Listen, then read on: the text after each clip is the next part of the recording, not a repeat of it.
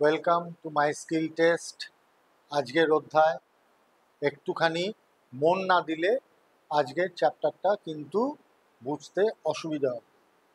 সাধারণভাবেই যারা আমাদের হার্ড স্কিলে মনোনিবেশ করো, যখন খুব জটিল কোনো বিষয় স্যারেরা তোমাদের পড়ান, তখন যেমন একেবারে পঞ্চ ইন্দ্রিয় একদিকে করে শোনো, আজকের ক্লাসটা কিন্তু ঠিক সেরকম মনোনিবেশ করেই তোমরা শুনবে আশা রাখবো। কেননা চ্যাপ্টারটা একটু বোধহয় ডিফিকাল্ট, আমি নিজেই বলছি আজকের চ্যাপ্টারটা একটু ডিফিকাল্ট, কাজেই তোমরা নিশ্চয়ই মন দিয়ে শুনবে। সেটা হচ্ছে লিগ্যাল লিটারেসি। লিটারেসি জানি সাক্ষরতা, ডিজিটাল লিটারেসির কথা আমি আগেও বলেছি, তোমরাও জানো, আগের ক্লাসে ডিজিটাল লিটারেসির কথা বলেছি, কম্পিউটার লিটারেসির কথা বলেছি, এইসব লিটারেসির কথা আমরা বলেছি। আজকে বলছি লিগ্যাল লিটারেসি, অর্থাৎ কিছু আইনের জ্ঞান থাকতে হবে তোমরা যারা আগামী দিনে কর্মসংস্থানের পথে এগোবে, এই চিন্তা ভাবনা থেকে আইটিআইয়ে ভর্তি হয়েছে। তো স্বাভাবিকভাবেই হার্ড স্কিল যেমন তোমাদের ওই হাতে কলমে কারিগরি শিক্ষাগুলো দেবে, পাশাপাশি সফট স্কিল তোমাদের কিন্তু বাদবাকি ওভারঅল ওই এক্স ফ্যাক্টর বা গ্রুমিং যে শব্দটা আমরা জানি, সেই গ্রুমিংয়ের কাজটা কিন্তু সফট স্কিল করে থাকে বা এমপ্লয়াবিলিটি স্কিলস করে থাকে। তারই একটা অঙ্গ হচ্ছে যে তুমি যখন কর্মজীবনে পা রাখবে, সেটা তোমার ব্যবসা হতে পারে, চাকরি হতে পারে, কিছু আইন কানুনের উপরে সাধারণ একটু নলেজ তোমাদের থাকতে হবে, একটা ধারণা থাকতে হবে। এই নয় যে তোমাকে একেবারে কোম্পানি ল নিয়ে লড়াই করতে হবে, নো, নট দ্যাট, অত জটিল না, কিন্তু মিনিমাম কিছু জ্ঞানগম্যি অন্তত থাকতে হবে।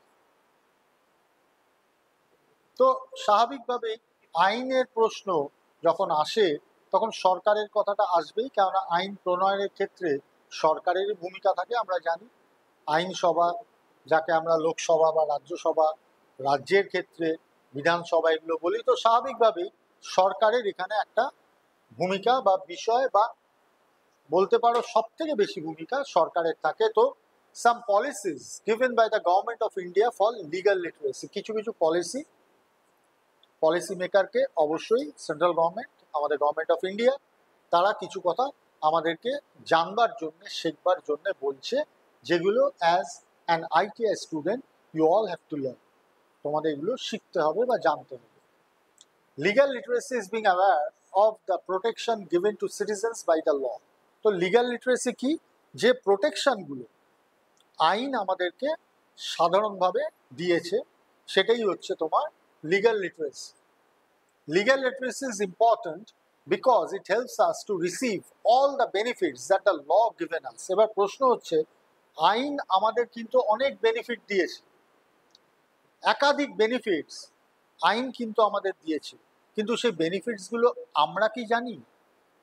আমরা কি সচেতন যে এই অধিকারটা আমার দেশের আইন আমাকে দিয়েছে? এটা তো মিনিমাম জ্ঞান আমাদের থাকা দরকার, তা নাহলে সে আইনটা আমরা প্রয়োগ করব কি করে আমাদের অধিকারটা পাবার ক্ষেত্রে? If we do not understand anything about the legal process, we cannot participate in the good work of the law. The government of India has special initiatives that help keep its citizens informed about the law. তো সরকার চায় যে সাধারণ মানুষ এই বিষয়গুলো জানুক, এর সুবিধাগুলো ভোগ করুক, কিন্তু আমাদেরও কর্তব্য এগুলো জেনে নেওয়া। সরকার তার দিক থেকে আইন প্রণয়ন করেছে, সরকার তার দিক থেকে সেটা সাধারণ মানুষকে জানানোর জন্য তোমরা দেখবে রাস্তাঘাটে গভর্নমেন্টের বিভিন্ন হোর্ডিংয়ে বিভিন্ন রকম তাদের যে চিন্তা ভাবনা বা আইন প্রণয়ন, সেগুলো ছাপ কিন্তু আমরা দেখতে পাই, খবরের কাগজেও থাকে, অনেক সময় টেলিভিশনেও থাকে। তারা তাদের কাজটা করে, কিন্তু আমাদেরও আমাদের কাজটা করতে হবে। Legal Literacy Mission is an initiative to educate people about the Constitution. It aims to give everyone the knowledge of the law. তো লিগ্যাল লিটারেসি মিশন তার কাজটা কি? তার কাজটা হচ্ছে সাধারণ মানুষকে সংবিধান, আমাদের দেশের সংবিধান সম্পর্কে একটা মিনিমাম ধারণা দেওয়া, একটা জ্ঞান প্রদান করা, এটাই তাদের কাজ। The mission conducts camps, workshops, and seminars for people across the country. They focus specially on the most disadvantaged and disempowered people in the country who can benefit from understanding the law. সব থেকে পিছিয়ে পড়া প্রান্তিক মানুষদের কাছে যাতে এই বার্তাটা পৌঁছয়, এই বার্তাগুলো পৌঁছয়, তার চেষ্টা সরকারের তরফ থেকে কিন্তু লাগাতার চলছে। বিভিন্ন ওয়ার্কশপের মাধ্যমে, বিভিন্ন ক্যাম্পসের মাধ্যমে সরকার এই প্রচেষ্টা চালিয়ে যাচ্ছে। কেন? এইগুলো যদি এই পিছিয়ে পড়া মানুষরা না জানতে পারে তাহলে তারা চাইবে কি করে? তার এই অধিকারটা সে চাইবে কার কাছে যদি তার জানাই না থাকে যে সরকার বা দেশ তাকে এই অধিকারটা দিয়েছে? এক্ষেত্রে একটা যুগান্তকারী ঘটনা হচ্ছে রাইট টু ইনফরমেশন, যেটা আরটিআই বলে। Right two information act is an act by the government of India. It guarantees that any Indian citizen can request any information that is supposed to be public knowledge from any department of the state or central governments. এই RTI হবার পরে একটা যুগান্তকারী পরিবর্তন হয়েছে, অর্থাৎ তোমার মনে কেন্দ্রীয় বা রাজ্য সরকারের কোনো বিষয়, কোনো কাজ বিষয়, কোনো রকম পরিকল্পনা বিষয় বা কোনো ঘটনা কি এক্স্যাক্টলি ঘটেছিল, এই সমস্ত যেটা পাবলিক ডোমেনে দেওয়া যায়, কোনো সিক্রেট ফাইল নয় অবশ্যই, সেটা সম্পর্কে তুমি কিন্তু কোয়ারি করতে পারো এই আইন অনুযায়ী। আরটিআই অ্যাক্টে তুমি সরকারের কাছে প্রশ্ন রাখতে পারো এবং সরকার সেটা দিতে বাধ্য। The government must provide the correct information in 30 days. This ensures that we can have access to information from the government. এবং নির্দিষ্ট 30 দিনের মধ্যে, খেয়াল করবে, সরকার বাধ্য থাকবে তোমাকে 30 দিনের মধ্যে তোমার সঠিক উত্তরটা দিতে। তোমার যে প্রশ্ন সরকারের কাছে থাকবে তার উত্তর গভর্নমেন্টকে 30 দিনের মধ্যে, whether that is central or state government, তুমি কিন্তু এই অ্যাক্টের এই সুবিধাটা নিতে পারো। This also gives us the ability to hold government accountable when it does not follow the constitution. এবার দেখা গেল সেই ইনফরমেশনে তুমি এমন কিছু পেলে যেখানে দেখা যাচ্ছে যে সরকার কনস্টিটিউশনে বাইরে গিয়ে কোনো কাজ করেছে, তুমি তখন কিন্তু সেইটার এগেনস্টে তুমি গভর্নমেন্টকে অ্যাকাউন্টেবল করতে পারো, গভর্নমেন্টকে তুমি জবাবদিহি চাইতে পারো যে কেন এই জিনিসটা হলো, কেন এই কাজটা সরকার বাহাদুর করলো। সেই ক্ষমতাও কিন্তু একজন সাধারণ ভারতীয় নাগরিকের রয়েছে। তো আমি বারবার যে বলি না যে এমপ্লয়াবিলিটি স্কিল এমন একটা সাবজেক্ট যে তোমাকে ওভারঅল গ্রুমিং করবে। তুমি একজন সম্পূর্ণ শিক্ষিত সমাজ সচেতন মানুষ হিসেবে যে কাজেই যাও না কেন, অ্যাজ অ্যান ওয়ার্কার হতে পারে, আবার একজন ব্যবসাদার বা উদ্যোগপতি হিসেবে, এন্টারপ্রেনার হিসেবেও তুমি সমাজে যখন কাজের জগতে নামবে তখন তুমি একটা সম্পূর্ণ মানুষ যার সমস্ত বিষয়ে একটা ওভারঅল নলেজ আছে, সেরকম একটা মানুষে উন্নীত করে employability skills. Applying for RTI is a simple process. It can be done either offline or online through the official website of the RTI. তাহলে RTI তে অ্যাপ্লাই করবা, রাইট টু ইনফরমেশন অ্যাক্টে অ্যাপ্লাই করা পদ্ধতি অত্যন্ত সহজ। তুমি অনলাইনেও করতে পারো, অফলাইনেও করতে পারো। তো অত্যন্ত সহজ প্রক্রিয়া, তুমি সরকারকে প্রশ্ন করতে পারো। এরপরে যেটা বলছে, public grievances portal is an online portal set up by the government of India. Citizens can use this portal to make any complaints related to the working of the government. একদম গ্রিভেন্স পোর্টাল রয়েছে, কাদের জন্য? পাবলিকের জন্য। সেখানে তুমি কি করতে পারো? তুমি অভিযোগ জানাতে পারো, তুমি তোমার গ্রিভেন্স জানাতে পারো। সরকারের কোনো কাজে তোমার যদি মনে হয় এই কাজটা সঠিক হচ্ছে না, এই কাজটা সমাজের পক্ষে ক্ষতিকারক হচ্ছে, বাস আমাদের কল্যাণকামী রাষ্ট্রে কাঠামোর বাইরে গিয়ে সাধারণ মানুষকে ক্ষতি করছে, তোমার অনেক অভিযোগ জমে আছে, you have got number of grievances against the government, সরকার পোর্টাল খুলে রেখে দিয়েছে, তুমি সেখানে তোমার গ্রিভেন্সটা জানাতে পারো, নিঃসংশয় জানাতে পারো, কেন গভর্নমেন্ট চাইছে তুমি জানো। সরকার তার রাস্তাটা খুলে রেখেছে তোমার জন্য। The complaints can be related to government schools, post services, roadways, etc. When you make a complaint on the portal, the complaint is checked and assessed. If it is a valid complaint, it is then addressed by the government. তুমি সরকারি স্কুলে রয়েছো, স্কুলে তোমার যা যা প্রাপ্য, ন্যায্য প্রাপ্য, সেটা মিড ডে মিল হতে পারে, ক্লাসেস হতে পারে, হোয়াট এভার, তোমার অভিযোগ রয়েছে, তোমার গ্রিভেন্সেস রয়েছে। আমরা অনেক সময় ওই একে তাকে বলে বেড়াই, প্রয়োজন পড়ে না। তুমি সরাসরি ওই গ্রিভেন্স পোর্টালে চলে যেতে পারো, সেখানে গিয়ে তুমি জানাতে পারো তোমার ক্ষোভ। হ্যাঁ, সেটা অ্যাসেসমেন্ট হবে। তুমি যেটা লিখলে সেখানে, যে অভিযোগটা করলে, অবশ্যই অবশ্যই করে তার অ্যাসেসমেন্ট হবে। এবং যদি দেখা যায় যে তোমার কথাগুলো ভ্যালিড, তাহলে সরকার তার এগেনস্টে স্টেপও নেবে। পরিষ্কার বলছে, if it is a valid complaint, it is then addressed by the government. তাহলে সেক্ষেত্রে সরকার অবশ্যই স্টেপ নেবে, government will definitely address the problem. তো স্বাভাবিকভাবেই ওই যে লিটারেসির প্রশ্নটা আসছে না, কিছু লিগ্যাল লিটারেসিও একজন সাধারণ সমাজ সচেতন, এবং শব্দটা আমি আগের ক্লাসে ব্যবহার করেছিলাম, অল স্কোয়ার একজন মানুষ হিসেবে তোমার এগিয়ে যাওয়া উচিত, এবং তুমি সেই শিক্ষায় অবশ্যই শিক্ষিত হবে। এবারে প্রশ্ন আসছে যে আমাদের যে বিষয় এমপ্লয়াবিলিটি স্কিলস, তো এমপ্লয়মেন্ট সংক্রান্ত বিষয় অবশ্যই এর মধ্যে থাকতেই হবে। Let's learn what employee rights are. তুমি কোথাও একটা চাকরিতে ঢুকলে তোমার তো কিছু অধিকার আছে কর্মচারী হিসেবে, তো তোমার অধিকারগুলো কি কি এটা জেনে রাখা অবশ্যই প্রয়োজনীয়। কারণ তোমার কর্মক্ষেত্রে গিয়ে তোমার জানা উচিত যে how far you can go, কতদূর অবধি তুমি চাইতে পারো, কোনটা তোমার চাওয়ার মধ্যে পড়ে না, এগুলো তোমার পরিষ্কার মাথায় একদম ক্লিয়ার একটা চিত্র থাকা গুরুত্বপূর্ণ। Legal literacy is being aware of the protection given to citizens by the law. If legal literacy is important because it helps us to receive all the benefits. তো স্বাভাবিকভাবেই এইটা কেন জানার দরকার, আমি এর আগেও বললাম যে এতে করে তুমি তোমার অধিকারটা সঠিকভাবে বুঝে নিতে পারবে। দেশ, রাষ্ট্র বা সরকার তোমাকে অনেকগুলো অধিকার দিয়েছে, সেই অধিকার সম্পর্কে তুমি যদি সচেতন থাকো তবেই তুমি সেটা চাইতে পারবে। তো এটা জানা প্রয়োজন। আমি মূল জায়গায় চলে আসি। এমপ্লয়ি হিসেবে, all employers and employees must follow the conditions given in the employment letter.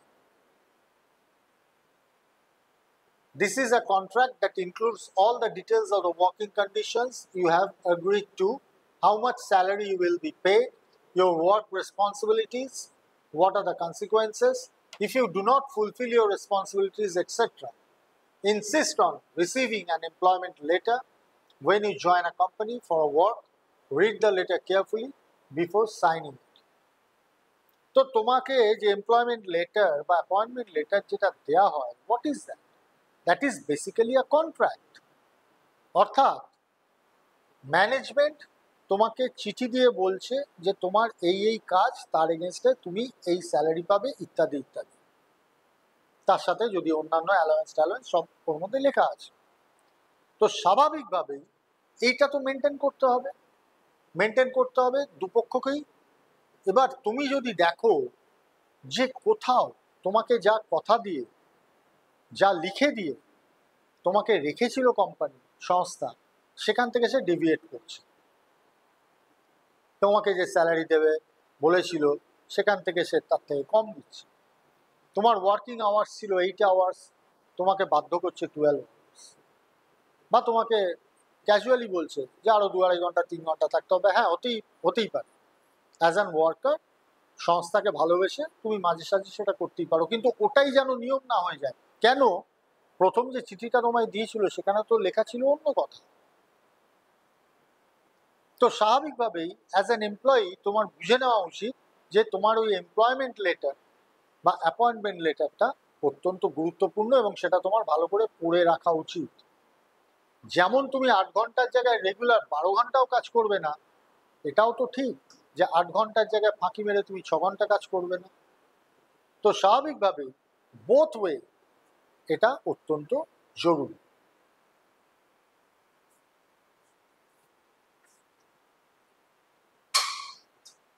কি বলছে, an employment letter is a legally binding contract, so it must be taken seriously. একটা অ্যাপয়েন্টমেন্ট লেটার কিন্তু একটা লিগ্যাল কন্ট্রাক্ট, একটা আইনত এটা একটা নথি। তো স্বাভাবিকভাবেই এটা অসম্ভব সিরিয়াসলি নেওয়া উচিত both employer and the employee. কেউ যেন এখান থেকে ডিভিয়েট করে না যায়, সরে না যায়, এটা বুঝে নিতে হবে, এর গুরুত্বটা বুঝে নিতে হবে।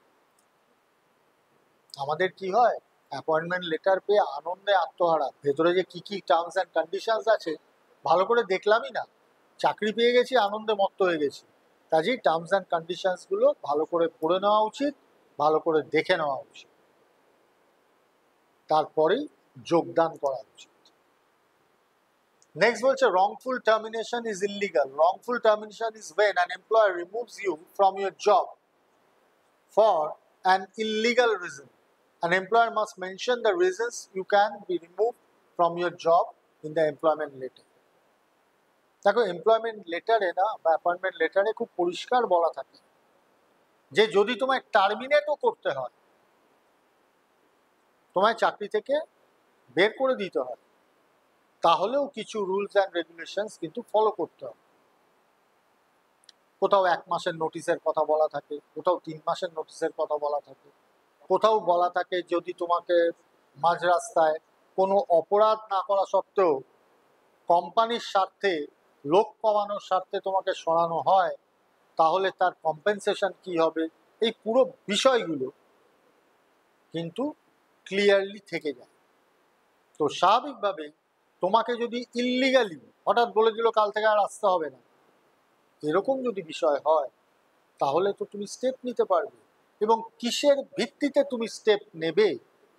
তুমি অবশ্যই স্টেপ নেবে ওই প্রথম অ্যাপয়েন্টমেন্ট লেটার বা যেটাকে তোমার এমপ্লয়মেন্ট লেটার বলছি, সেখানেই তো পরিষ্কার করা আছে কিভাবে তুমি ওখানে কাজ করবে, কি কি কন্ডিশনসের মধ্যে তুমি তোমার কাজগুলো করবে, সেগুলো কিন্তু পরিষ্কার সেখানে বলা আছে।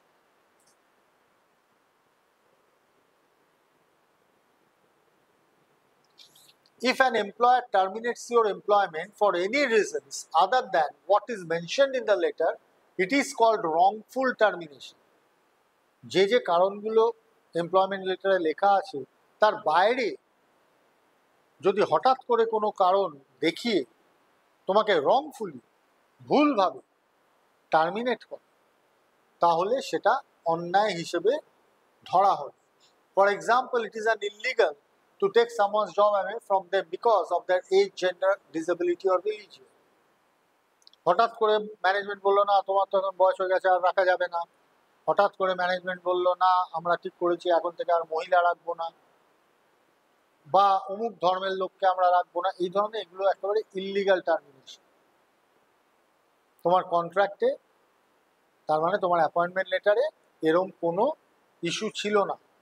তো স্বাভাবিকভাবেই এই ধরনের কোনো পয়েন্ট যদি হঠাৎ করে কেউ হাইলাইট করে, তাহলে that would be illegal termination, এবং তুমি এর এগেনস্টে কিন্তু যেতে পারো, কথা বলতে পারো।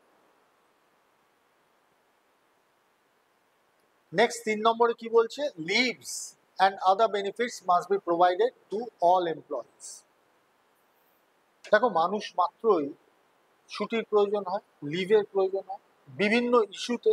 কোনোটা ক্যাজুয়াল হতে পারে, ক্যাজুয়াল লিভ, কোথাও ঘুরতে যাবে, বেড়াতে যাবে, বাড়িতে কোনো কাজে,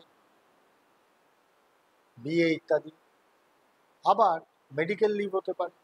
তো লিভ বিভিন্ন কারণ হতে পারে, শারীরিক কারণে লিভ নিতে হতে পারে।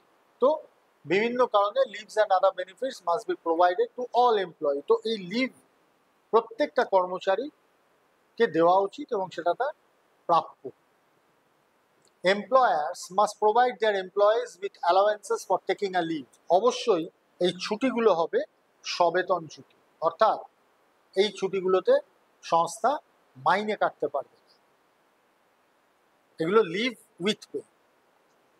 এরকম নয় যে তুমি ছুটি নিচ্ছ নিজের খেয়াল খুশি মতো আর কোম্পানিও মাইনে কাটছে তোমার খেয়াল খুশি মতো, এই দুটো একসাথে কখনোই হবে না।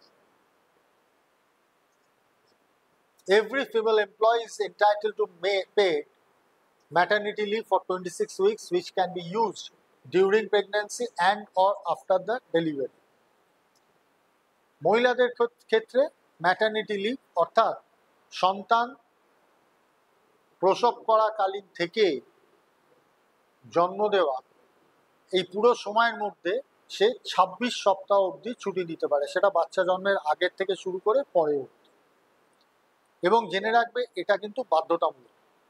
ম্যাটারনিটি লিভ যদি কোনো সংস্থা বলে আমি দেব না বা কম দেব, সেটা কিন্তু আমাদের মূল আইনের পরিপন্থী, মূল আইনের বিরুদ্ধে যায়, বিপক্ষে যায়।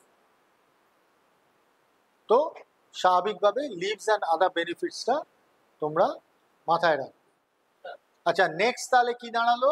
Employers must ensure that a work place is a safe and free from sexual harassment. Sexual harassment in work place, POSH, এই নিয়ে একেবারে খুব গুরুত্বপূর্ণ একটা ভিডিও কিন্তু আমাদের চ্যানেলে আছে, ওটা অবশ্যই দেখে নেবে। তো এটা ম্যানেজমেন্টের অবশ্যম্ভাবী দায়িত্বের মধ্যে পড়ে যে এমন জায়গাতে কাজ করবে বা কাজ করাবে তার স্টাফেদের দিয়ে যেখানে কোনো রকম সেক্সুয়াল হ্যারাসমেন্ট বা অন্যান্য সেফটির কোনো অভাব না থাকে। এটা কিন্তু কম্পালসারিলি সেই এমপ্লয়ারের দায়িত্ব, সেই ম্যানেজমেন্টের দায়িত্ব।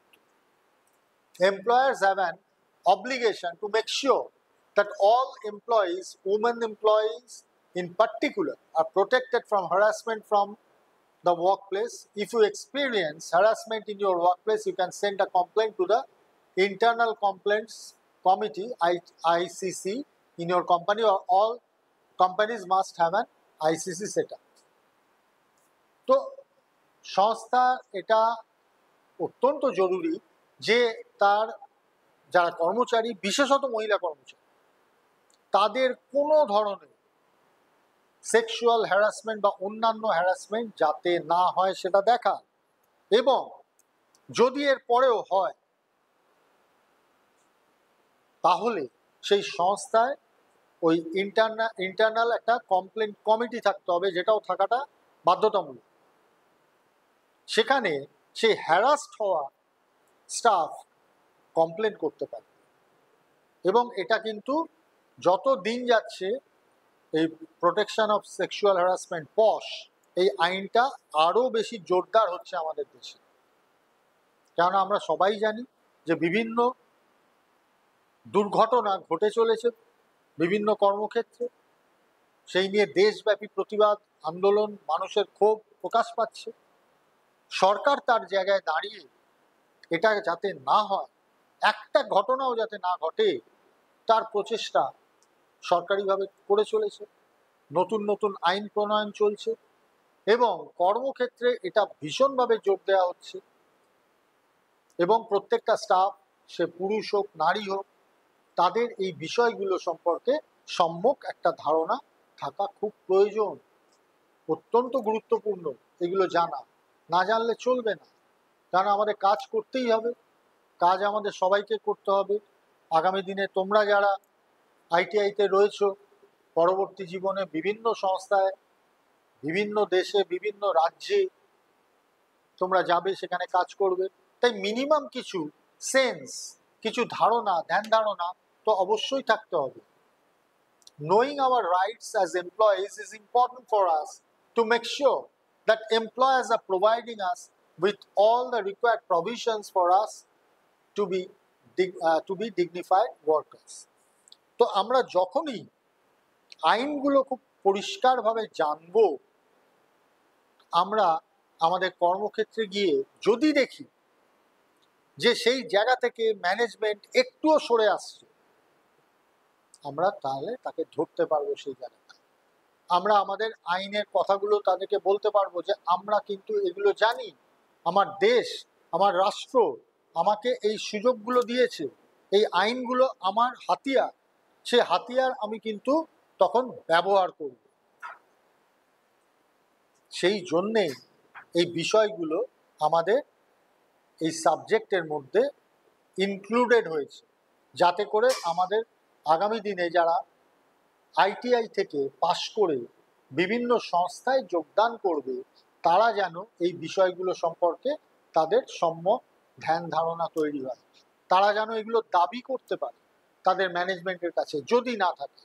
আর যদি থাকে তাহলে they will feel much much safer, তারা অনেক বেশি সেফ ফিল করবে সেই ধরনের সংস্থায় কাজ করতে।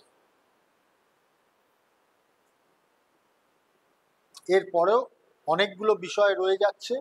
Minimum wages, how can an Indian citizen get free legal services, তো এই বিষয়গুলো কিন্তু আইন আমাদের বলছে যে মিনিমাম ওয়েজেস অ্যাক্ট, যে এই মূল্য, শ্রমের মূল্য তুমি পেতে পারো, আইন বলছে তুমি পেতে পারো।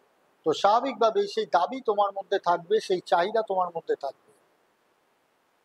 এছাড়াও ফ্রি লিগাল সার্ভিস, যে কোনো ভারতীয় নাগরিক, ধরো প্রত্যেকের তো অর্থ থাকে না আইনের লড়াই লড়বার জন্য, লয়ার হায়ার করবার জন্য, উকিল নিয়োগ করার জন্য, সবার তো ক্ষমতা থাকে না, কিন্তু সরকারের পক্ষ থেকে তোমাকে ফ্রি লিগাল সার্ভিস তার আলাদা সেল আছে, যেখানে গিয়ে তুমি যদি অ্যাপ্লাই করো যে তোমার বিরুদ্ধে এই অন্যায়টা হচ্ছে, আমি একটা কেস করতে চাই কোর্টে গিয়ে, কিন্তু আমার সেই অর্থ নেই, আমি কোনো আইনজ্ঞকে অ্যাপয়েন্ট করবার মতো পয়সা আমার কাছে নেই, তখন এই লিগাল সেল তোমাকে বিনা খরচায় লয়ার দেবে। এটা কিন্তু আছে, অনেকেই জানি না আমরা।